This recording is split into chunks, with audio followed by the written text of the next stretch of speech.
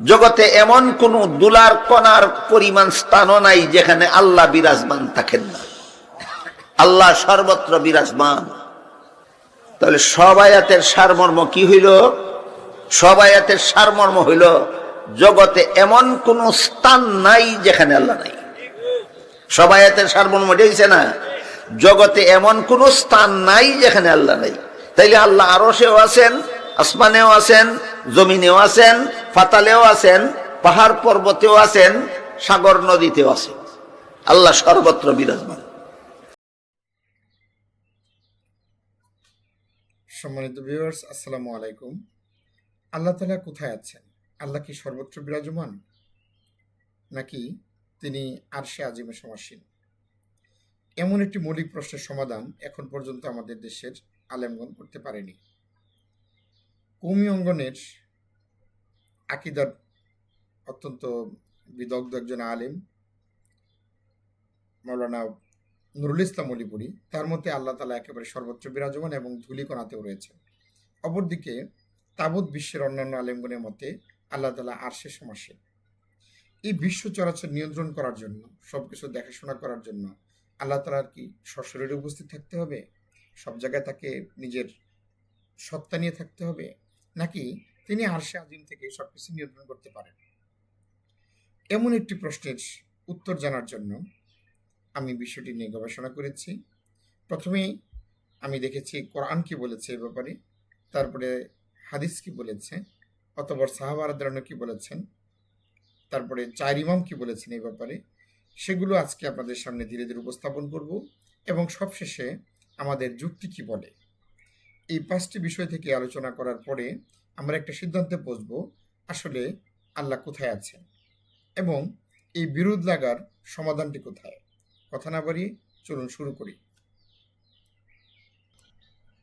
আল্লাহ কোথায় আছেন? সর্বত্র বিরাজমান, নাকি আরশে আজিমে সমাসীন? চলুন দেখি কোরআন কি বলেছে এই ব্যাপারে। আল্লাহ তাআলা তার কোরআনে বলেন, নিশ্চয়ই পরম দয়াময় আল্লাহ আরশের উপর সমন্বিত হয়েছেন। সূরা তাহা আয়াত 20।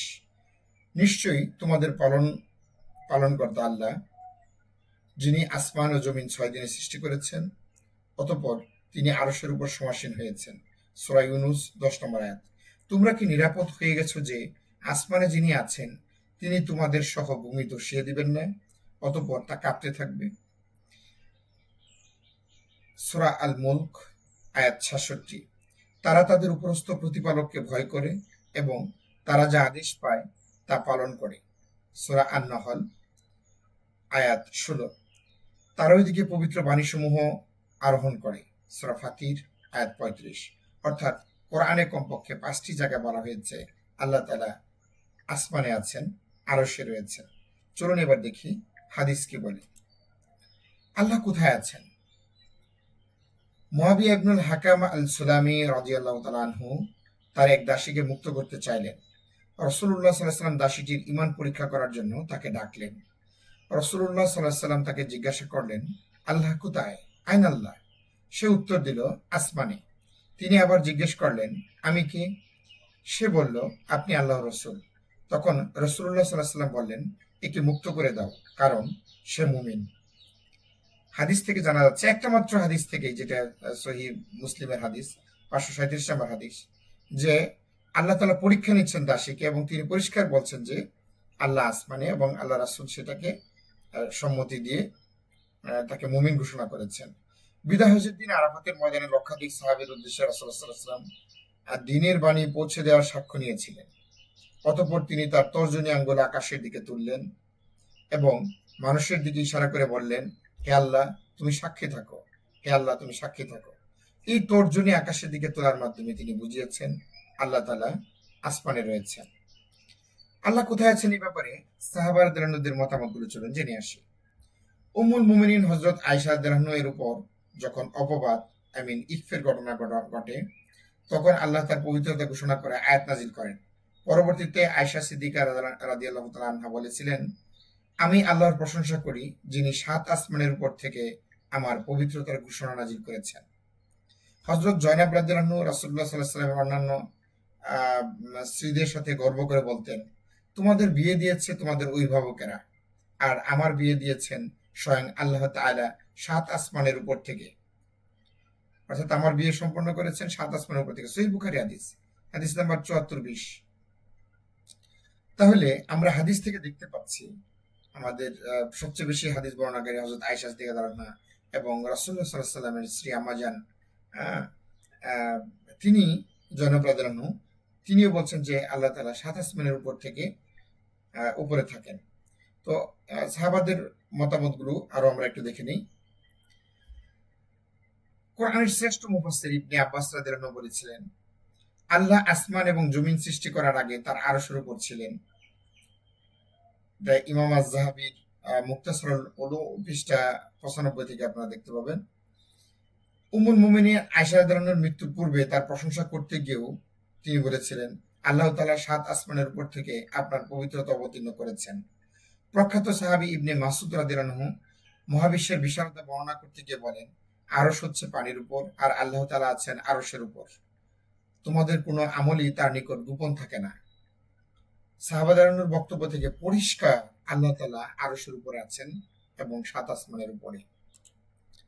আল্লাহ কোথায় আছেন এই ব্যাপারে ইমামে আজম আবু হানিফা রাদিয়াল্লাহু আনহুকে প্রশ্ন করা হয়েছিল। তিনি কি বলেছেন দেখেন।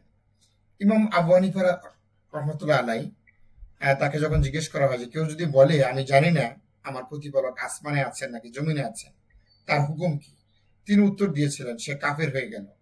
কারণ আল্লাহ তাআলা বলেছেন পরম দয়াময় আল্লাহ আরশের উপর সমুন্নত হয়েছেন, আর আল্লাহর আরশ হলো 7 আসমানের উপর।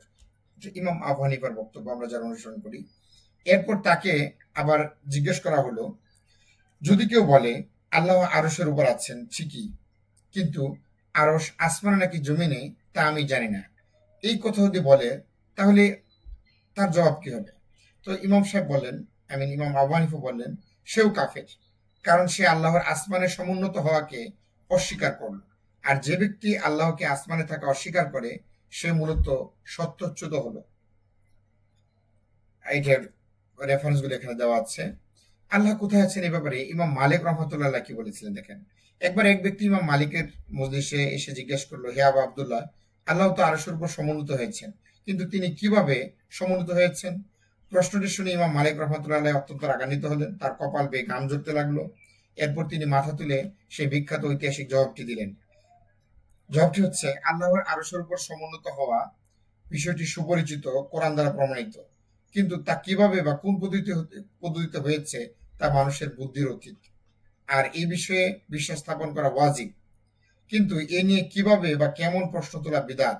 আমার মনে হয় তুমি একজন বিদআতি বা বিভ্রান্ত লোক। অতঃপর ইমাম মালিকের নির্দেশে সেই লোকটিকে মজলিস থেকে বের করে দেওয়া হয়। উৎস আপনারা দেখে নেন।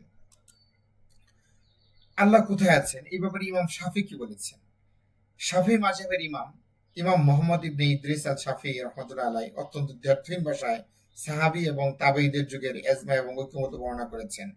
রাসূলুল্লাহ সাল্লাল্লাহু আলাইহি ওয়াসাল্লামের সুন্নাহর উপর প্রতিষ্ঠিত যে আকীদা আমি পেয়েছি এবং যার উপর আমি আমাদের পূর্বসূরি হিজাজ, সিরিয়া, মিশর ও ইরাকের আলেমদের দেখেছি, তা হলো আমরা সাক্ষ্য দিই যে আল্লাহ ছাড়া কোনো উপাস্য নেই এবং তিনি মুহাম্মদ সাল্লাল্লাহু আলাইহি ওয়াসাল্লাম আল্লাহর রাসূল, আর নিশ্চয়ই আল্লাহ তাআলা তার আসমানে আরশের উপরে আছেন। তিনি তার সৃষ্টির নিকটবর্তী হন যেভাবে ইচ্ছা, এবং তিনি যেভাবে ইচ্ছা আসমানে অবতীর্ণ হন, সৃষ্টির সাথে তুলনা ব্যতীতই। উৎস দেখে নেন। ইমাম হাম্বলি রহমতুল্লাহ, যিনি হাদিস শাস্ত্রের সবচেয়ে বড় পণ্ডিত, তাকে প্রশ্নটি করা হয়েছিল। ইমাম আহমদ ইবনে হাম্বল রহমতুল্লাহকে জিজ্ঞেস করা হয়েছিল, আল্লাহ কি 7 আসমানের উপর তার আরশের উপর আছেন নাকি তিনি সর্বত্র আছেন? তিনি জবাব দিয়েছিলেন, হ্যাঁ, আল্লাহ তাআলা তার আরশের উপরে আছেন এবং কোনো কিছুই তার জ্ঞান থেকে গোপন নেই। তিনি তার আর রদ আল জাহমিয়া গ্রন্থে খণ্ডন করে লিখেন, যারা মনে করে আল্লাহ আমাদের সাথে মাটির উপরে মিশে আছেন তারা আল্লাহর উপর অপবাদ দেয়। আল্লাহ তাআলা আসমানে সমুন্নত এবং সৃষ্টি জগৎ থেকে তিনি সম্পূর্ণ পৃথক। অপরদিকে আমাদের দেওবন্দি আলেম জনাব নুরুল ইসলাম অলিপুরি তিনি বলেছেন যে আল্লাহ তাআলা সৃষ্টির সর্বত্র আছেন, সব জায়গায় আছেন, এমনকি ধুলি ধূলিকণা দেওয়াচ্ছেন। এবং তার এই বক্তব্য যদি আমরা মেনে নিই, তাহলে তিনি ইমামে আজম আবু হানিফা রহমাতুল্লাহ নামক একজন, মানে তার মতো যারা এই ধরনের বিশ্বাস স্থাপন করবে যে আল্লাহ তাআলা সর্বত্র বিরাজমান, ধুলি বালি আকাশ বাতাস সর্বত্র আছেন, তাহলে ইমামে আজম আবু হানিফা রহমাতুল্লাহ মতে তিনি কাফের। 4 ইমামের সম্মিলিত মতে তিনি বিরোধিতাকারী এবং দেওবন্দের অনুসৃত মাতুরিদি আকীদারও বিরোধী।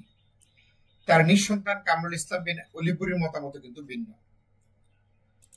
তারপর দেখেন দেওবন্দি আলেম নুরুল ইসলাম অলিপুরি হুজুর, তিনি যেটা বলেছেন যে আল্লাহ সত্তাগতভাবে সৃষ্টি সর্বত্র বিরাজমান। এখন এই বিষয়টা যদি মেনে নেই, তাহলে আমাদের আরো বেশ কিছু বিষয় মেনে নেই। আমরা এখন যুক্তি দিয়ে কথা বলছি।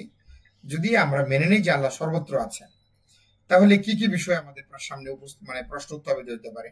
যদি মহাবিশ্বের এক বিন্দু জায়গা খালি থাকে যেখানে আল্লাহ নেই, তাহলে আল্লাহ সর্বত্র বিরাজমান সেটা আপনি আর বলতে পারবেন না। আবারও বলছি, যদি এক বিন্দু জায়গাও খালি থাকে যেখানে আল্লাহ নেই, মানে সত্তাগতভাবে আল্লাহ নেই, তাহলে আল্লাহ সর্বত্র বিরাজমান নন। টয়লেট একটি জায়গা, সুতরাং টয়লেটে আল্লাহকে থাকতে হবে। যদি টয়লেটে আল্লাহ না থাকেন, আমি যদি বলি যে আল্লাহ টয়লেটে নাই, ময়লা আবর্জনার মধ্যে নাই, তাহলে আল্লাহ সর্বত্র বিরাজমান না। তার মানে ওই জায়গাটুকু তিনি বিরাজমান নন। নজবিল্লাহ, আল্লাহ টয়লেটে থাকতেই পারেন না। নোংরা আবর্জনাতেও আছেন, যদি না থাকেন তাহলে আল্লাহ সর্বত্র বিরাজমান নন। বিভিন্ন প্রাণীর মধ্যেও আছেন, যদি না থাকেন তিনি সর্বত্র বিরাজমান নন। পদার্থের আন্তঃআণবিক স্থানেও আছেন, যদি না থাকেন তিনি সর্বত্র বিরাজমান নন। অর্থাৎ পদার্থ দিয়ে আমরা কিন্তু ঢিলাকুলুপ করি, ব্যাপারটা বুঝতে হবে। পদার্থের মধ্যে আন্তঃআণবিক থাকেন, মানে ধুলি আবর্জনা ময়লা আছে। এখন এখানে যদি আল্লাহ থাকে, তাহলে তার পবিত্রতা কিভাবে থাকে? নজরুল্লাহ মিন জালিক। আল্লাহ আমাদেরকে এখান থেকে রক্ষা করো। যদি আমরা মেনে নিই আল্লাহ সর্বত্র বিরাজমান, তাহলে কিছু প্রশ্ন উঠবে। আল্লাহ যদি টয়লেটে নোংরা আবর্জনায় বিভিন্ন জায়গায় থাকেন, তাহলে আল্লাহ পবিত্র নন, অর্থাৎ তিনি সুবহান নন। তখন আমরা আল্লাহকে সুবহান আল্লাহ বলতে পারবো না।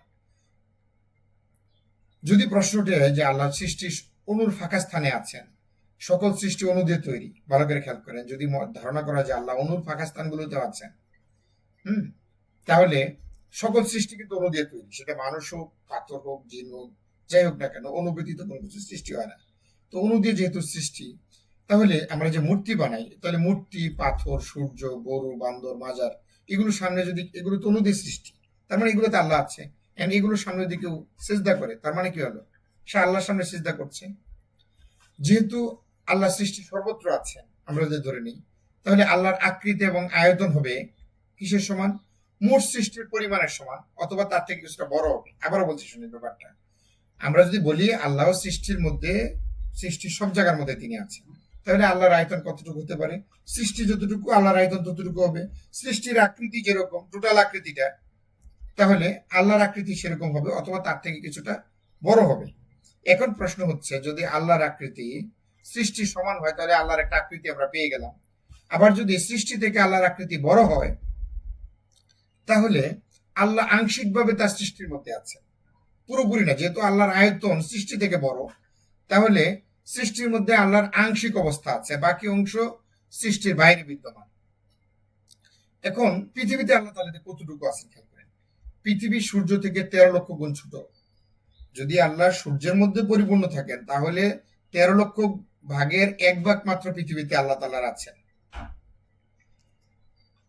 সূর্য মহাকাশের তুলনায় ধূলিকণার চেয়েও ছোট। সে অর্থে পৃথিবীতে আল্লাহর এত ছোট বিন্দু অংশ বিরাজমান, যেটা আমরা এত ছোট জিনিস কল্পনাও করতে পারি না। তাহলে আল্লাহ তাআলা যদি অনেক বড় হন, তাহলে পৃথিবীতে আল্লাহ তাআলা সর্বত্র বিরাজমান থাকার কোনো সুযোগ নেই। আল্লাহর অংশ, সামান্য একটু অংশ বিরাজমান।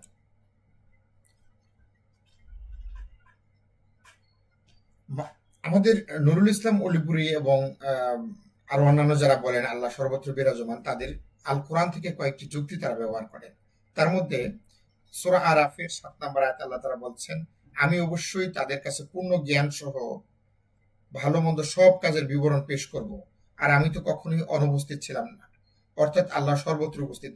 আল্লাহ যদি বলেন যে আমি কোথাও অনুপস্থিত ছিলাম না, তার মানে কি? আল্লাহ সর্বত্র উপস্থিত। এখন প্রশ্ন হচ্ছে, উপস্থিত থাকা আর বিরাজমান থাকা দুটি আলাদা শব্দ। উপস্থিত থাকা আর বিরাজমান কি একই শব্দ?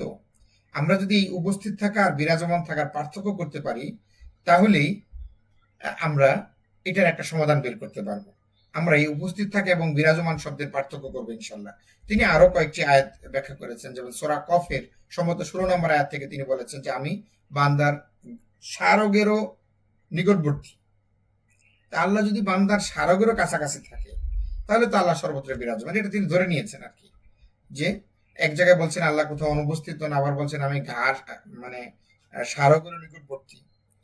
আবার আরেক জায়গায় বলেছেন যে কোনো যদি দুইজন ব্যক্তি কানে কানে কথা বলে সেখানে আরেকজন উপস্থিত থাকেন, তিনি হচ্ছেন আল্লাহ। যদি দুজন ব্যক্তি পরামর্শ করে আর কি, সেখানে আরেকজন তৃতীয় জন হচ্ছেন আল্লাহ। তো এই যুক্তি দিয়ে তিনি বলছেন যে আল্লাহ তাআলা আসলে সর্বত্র বিরাজমান। তিনি আরশেও আছেন, পাতালেও আছেন, ধূলিকণাতেও আছেন, ফাঁকা স্থানে আছেন, অনুপরমাণুতে আছেন। তো আসুন আমরা দেখি যে সত্তাগতভাবে বিরাজমান থাকা আর উপস্থিত থাকার মধ্যে পার্থক্য কি। এটা আমরা জানতে পারলে আমাদের এটা অবসান ঘটবে। আল্লাহ আল কোরআনে বললেন তিনি কোথাও অনুপস্থিত নন, তাহলে এর ব্যাখ্যা কি? আমি জান্নাতি আকীদা বই থেকে আপনাদেরকে নোট করছি, আপনাদেরকে উপস্থাপন করছি। দেখেন, কোনো ঘটনায় উপস্থিত থাকা মানে ঘটনাটি গায়ের উপর ঘটতে হবে এমন কোনো বিষয় নয়। নিচের উদাহরণটি খেয়াল করুন। একটি ঘরে আপনি বসে আছেন, ঘরের দরজায় দুটি বালক খেলা করছে। হঠাৎ ঝগড়া লেগে একটি বালক অপর একটি বালককে ছুরিকাঘাত করলো, আহত বালকটি মারা গেল। পুলিশ এসে আপনাকে জিজ্ঞাসা করলো ঘটনার সময় আপনি কি সেখানে উপস্থিত ছিলেন? আপনি বলেন হ্যাঁ, আমি সেখানে উপস্থিত ছিলাম।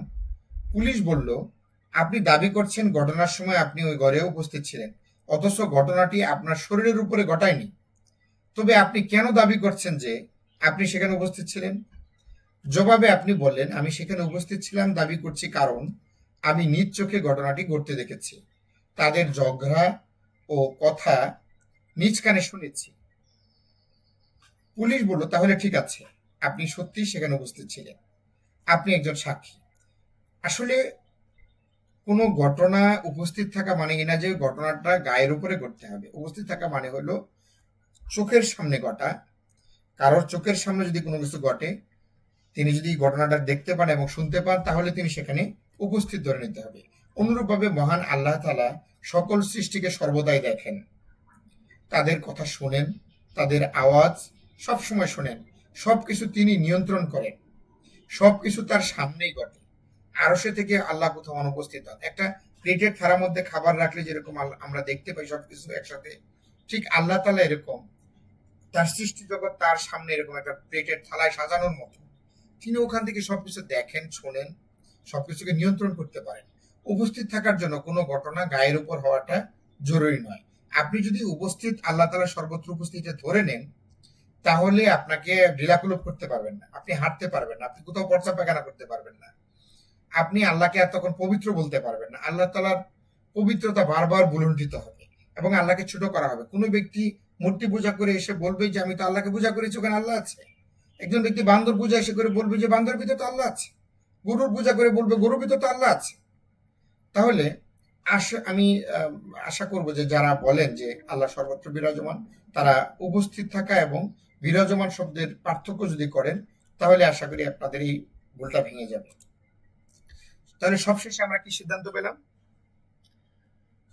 আল্লাহ সর্বত্র উপস্থিত এটুকু সত্য, কিন্তু সত্তাগতভাবে সর্বত্র বিরাজমান নন। 1 নম্বর সিদ্ধান্ত, আল্লাহ আসমানে আরশের উপরে সত্তাগতভাবে বিরাজমান। কোরআন হাদিস সাহাবায়ে কেরাম 4 ইমাম দ্বারা এটা প্রতিষ্ঠিত। যারা বলে আল্লাহ সত্তাগতভাবে সর্বত্র বিরাজমান, তারা ইমামগণের মতে কাফের। আমি আমার কথা বলছি না। যারা বলে আল্লাহ সত্তাগতভাবে সর্বত্র বিরাজমান, তারা ইমামগণের মতে কাফের, কেননা তারা কোরআনের অন্যান্য আয়াতগুলিকে অস্বীকার করেছে, হ্যাঁ, সাহাবাগণের মতামতকে তারা অস্বীকার করেছে। আশা করি আজকের এই আলোচনা শেষে আপনারা একটা কনক্লুশনে আসতে পেরেছেন যে আল্লাহ তাআলা আসলে কোথায় আছেন। আসুন আমরা সহিহ মানে আকীদাগুলোকে প্রয়োজনে আমরা সংশোধন করি। মানুষের কেউ আমরা ভুলের ঊর্ধ্বে নই। একটা হাদিস, বিশুদ্ধ হাদিস রয়েছে, আদম সন্তান মানেই ভুল করে, আর ভুলকারীদের মধ্যে উত্তম হচ্ছে যে তওবা করে। আসসালামু আলাইকুম ওয়া রাহমাতুল্লাহি ওয়া বারাকাতুহু।